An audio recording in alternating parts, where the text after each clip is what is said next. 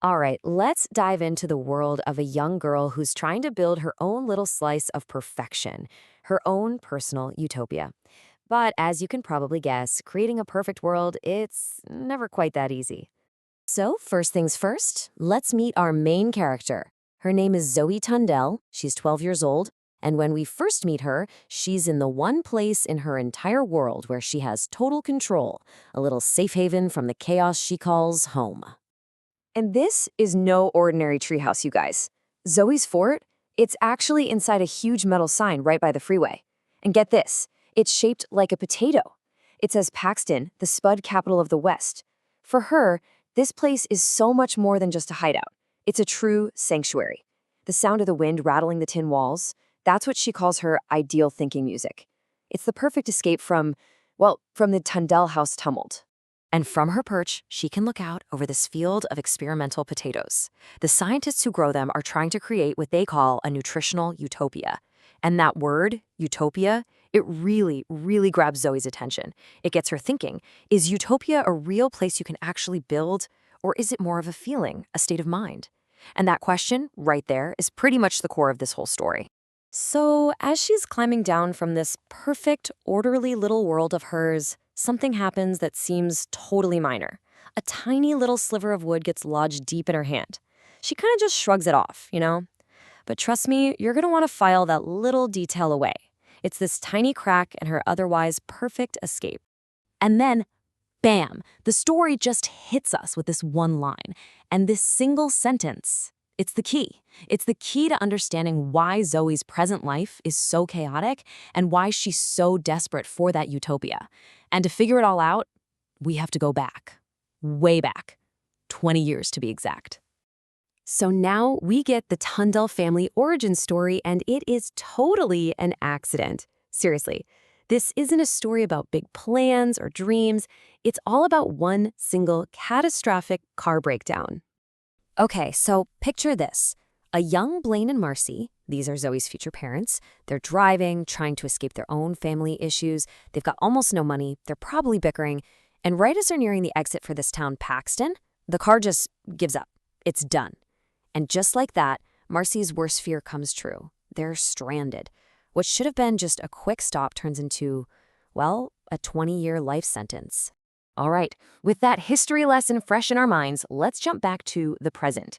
We're about to walk right into the Tundell house, a place that Zoe knows is always just one twist away from turmoil.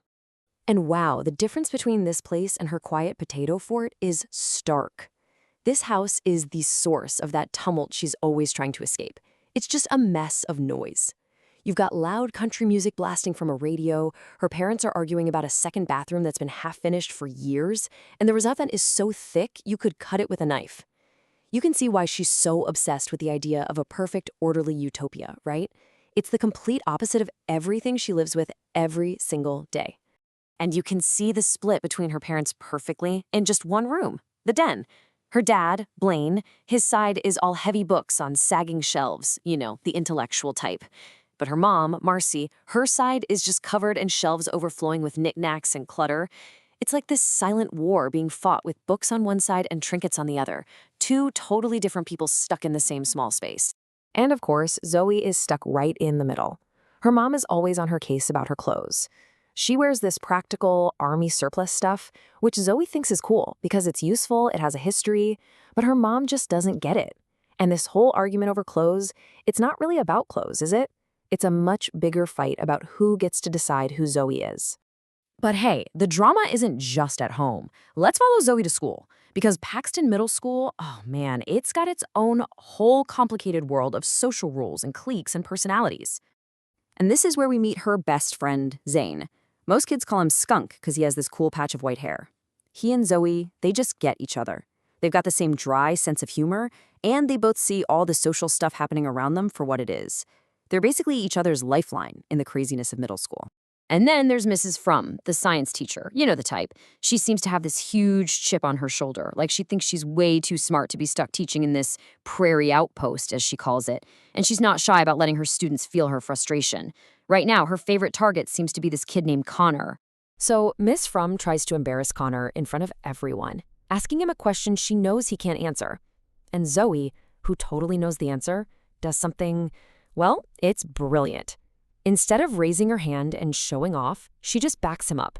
She says something like, yeah, that's about it, a water self thing, and then gives him this little supportive wink. It's this small, quiet act of rebellion, but it totally works. It completely takes the wind out of the teacher's sails.